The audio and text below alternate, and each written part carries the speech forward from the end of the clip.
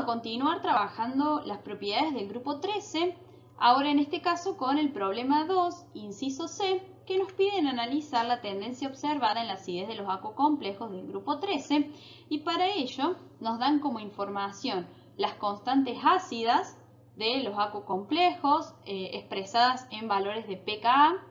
Recordemos que a menor valor de pKa, mayor es el valor de la constante. Y la tercera columna da información sobre el efecto polarizante del catión. Es un valor que guarda información sobre la carga y el tamaño de dicho catión. El proceso que vamos a analizar y que ya lo estuvimos mencionando en los incisos anteriores es el proceso por el cual el catión se enlaza más fuertemente a un oxidrilo y libera un protón al medio. Entonces al final el complejo queda formado por un ligando oxidrilo y 5 moléculas de agua y ha liberado un protón. Si observamos las constantes ácidas, podemos notar que cuando bajamos en el grupo, la acidez aumenta. Disminuye el pKa, lo que significa es que la acidez aumenta. Y además hay un cambio cuando voy de aluminio a galio, luego se mantiene prácticamente constante en galio y en indio, y luego vuelve a disminuir para el talio.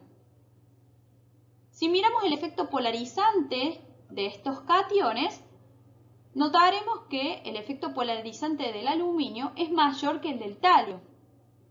Por lo tanto, mirando solamente el efecto polarizante, esperaríamos que el aluminio fuera un catión de mayor acidez, es decir, el aquocomplejo de aluminio tenga mayor acidez que el complejo del talio, lo cual no ocurre, porque observamos que el talio tiene menor efecto polarizante y a su vez el aquocomplejo del talio es el aquocomplejo más ácido del grupo 13.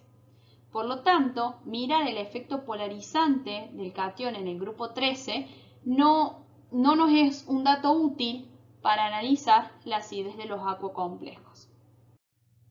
Debido a que el efecto polarizante de los cationes del grupo 13 no explican la tendencia observada en la acidez de los aquocomplejos de este grupo, es que debemos recurrir a mirar la posición de estos elementos en la tabla periódica.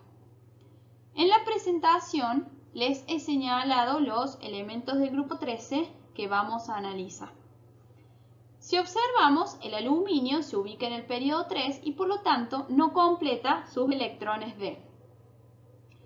Cuando descendemos en el grupo hacia el galio y el indio, observamos que estos aquocomplejos presentan mayor acidez que el complejo de aluminio.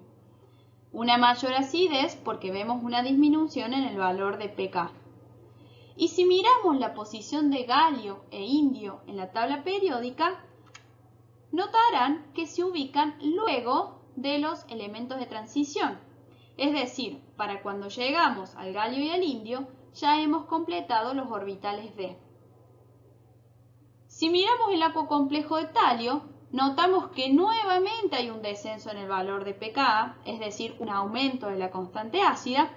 Y si observamos al talio en la tabla periódica, notamos que además completa los orbitales F, es decir, el talio se ubica luego de los elementos de transición y de los elementos de transición interna.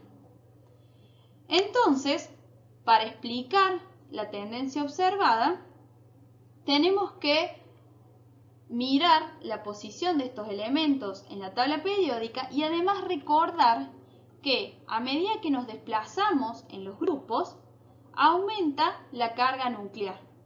El aumento de la carga nuclear también va acompañado de una incorporación de electrones en los átomos. Pero los electrones que están ingresando están ocupando los orbitales D y los orbitales F. Y sabemos que tanto los electrones de los orbitales D como los electrones de los orbitales F apantallan poco a la carga nuclear.